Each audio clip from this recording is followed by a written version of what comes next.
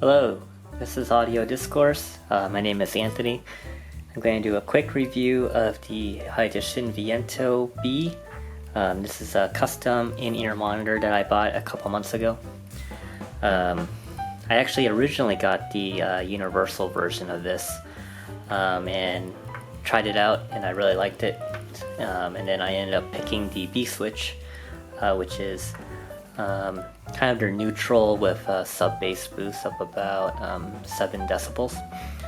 And so I ended up picking this IEM out because it's a good neutral reference with a little bit of sub-bass like I mentioned, so it gives you a little bit more of a kind of a little bit of fun factor, but still relatively neutral.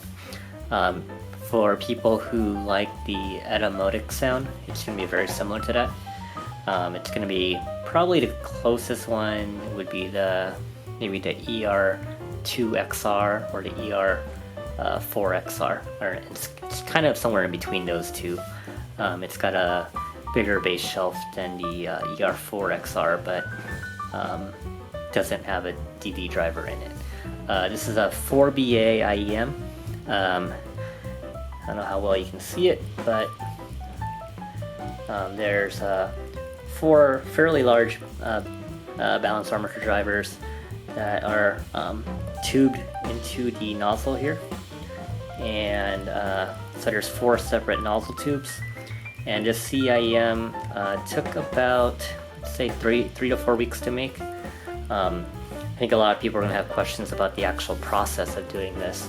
As some may know, Hidition's a really small company in South Korea.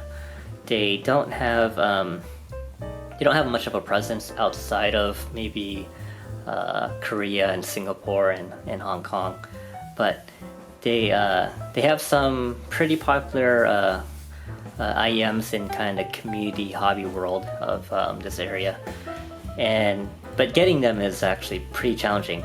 You have to, if you look at their website, they have an English menu, but most of it is not actually in English, even if you choose the English mode. And then the actual buying to cart feature isn't very good either. It doesn't behave like a normal, like a storefront where you just add the cart and it shows you the price.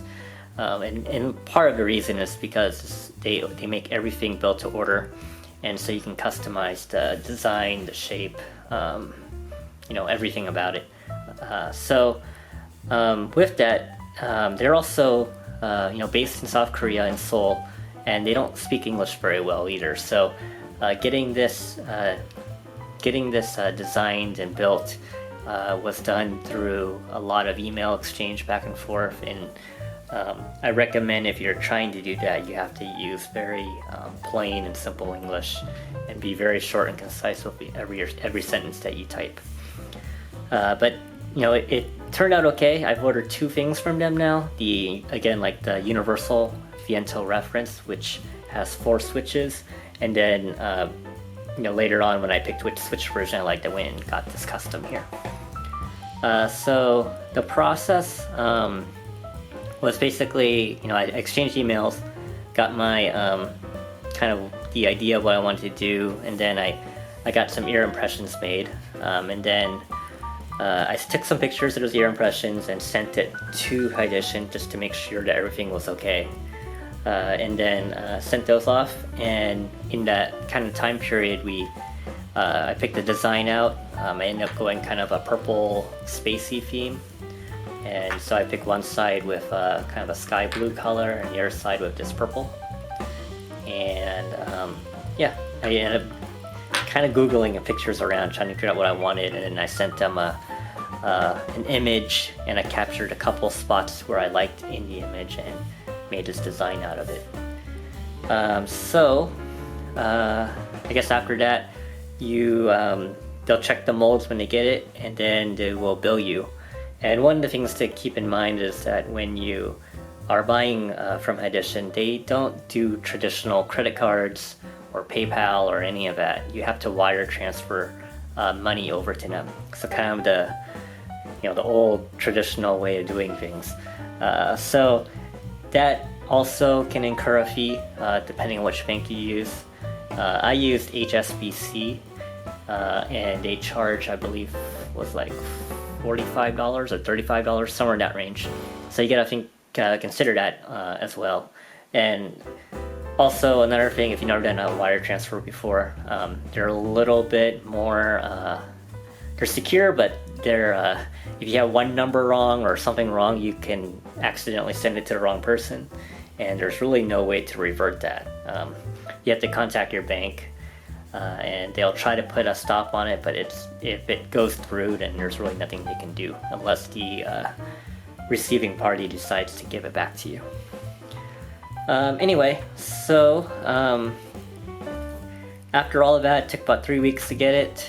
They mailed it back to me via FedEx, and it came, within a day and a half or so back to me in Seattle.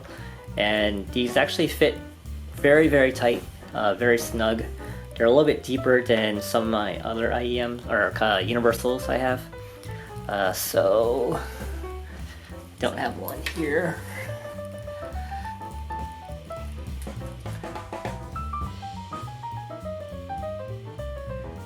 So this one right here is the T-Audio Legacy 3, which I just got as well. And this one, as you can see, is a little bit smaller.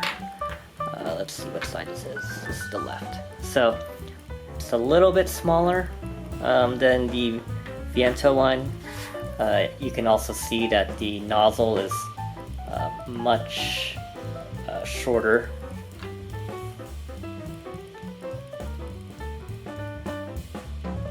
It's a little bit shorter than the Viento. So the Viento is a pretty deep fit, which is really good because it seals off everything really, really well. One of the things I had trouble with was because it's a lot bigger than the other customs I've had. So I've had a Unique Melody, and I've also had this T-Audio Legacy 3 now. Both of those are relatively shallow fit. They are a little bit undersized, so they fit super comfortably, and they're easy to pop on and off. With the Viento, it's a deeper fit. It fills up my entire ear cavity, so getting them on and off can be sometimes challenging, especially if my ears are a little dry or if you're irritated or whatnot. But getting it on wasn't too bad. I had a little bit of pain on my right ear, which is typically my ear where I had the most trouble with of any in-ear monitor anyway. And the pain lasted for about a week, and I was kind of struggling with whether I need to get them readjusted or not, but I stuck it through, and my I guess my ears and my body kind of adapted to it, and or stretched out or whatever happens, and now they fit really well. The only issue is if somehow they get moved around, or if I don't put them in the right place, they can start getting some pain, but typically that pain will happen kind of in this area here, the upper concha. But if I put it in and it fits in the right place, then usually it's pain-free. It also comes with a cable, which I don't have here because I don't really like it, and I actually end up choosing MMCX connectors this time. They also have an option using 2-pin, but my trouble of using the 2-pin that they provided was none of my 2-pin cables that I had fitted correctly. It's a little bit more of a shallow pin connector, so all the 2 pins I had would fit correctly, but they would stick out. The actual pins would be exposed beyond the shell. So that I didn't really like that. So I ended up getting MMCX this time, which is fine because my favorite cable is actually the DUNU D02 or DUW-02.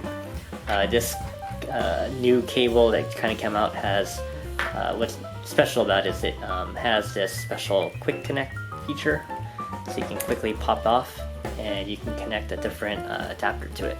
So this is the 3.5, and then I also have a 4.4.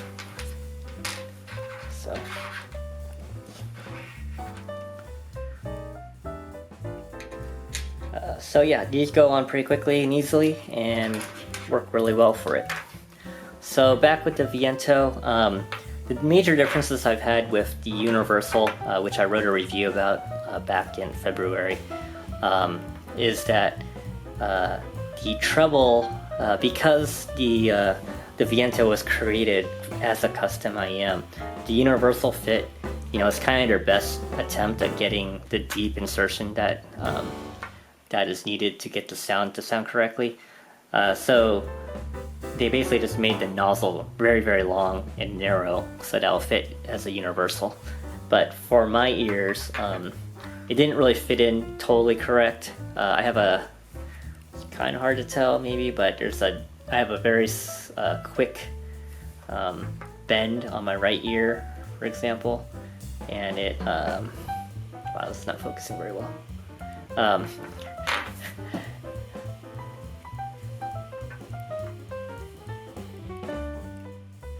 So basically, because of the bend and the way that it fits, I had a lot more trouble than the custom would. To be honest though, I do sometimes actually miss that extra treble air. So basically, around I want to say 6 to 8K or so, it's a little bit more elevated than the custom. The custom is gonna be just slightly more treble than like an Etymotic. But so sometimes I miss that extra kind of energy in that area, but overall this is much more comfortable listen. There's no more sibilance in certain songs. So when I used the reference Universal, I had, especially in pop songs with female singers, like Tegan and Sarah or Norah Jones or stuff like that, I would get occasional sibilance attacks. And even on like EDM music, you can kind of hear that really, really sharp treble. With this, these customs, none of that occurs anymore, which is good. And then also it seems like I get a little bit better upper treble extension as well. So that typically gives you that airy sound and also kind of that last little harmonic for like violins or cymbals or hi-hats or stuff like that, which is important for certain types of genres like that I listen to, like jazz or orchestra music. Anyway, so basically this IEM runs for about $910 with the single switch version as a universal, and then $990 as a custom. And then if you get the 4-switch version, it's $1,400 or $1,450 and $1,500, I believe, and that's US dollars. And so I don't have not much more else to say, but I really like this IEM, and I hope you find this informative. Thank you.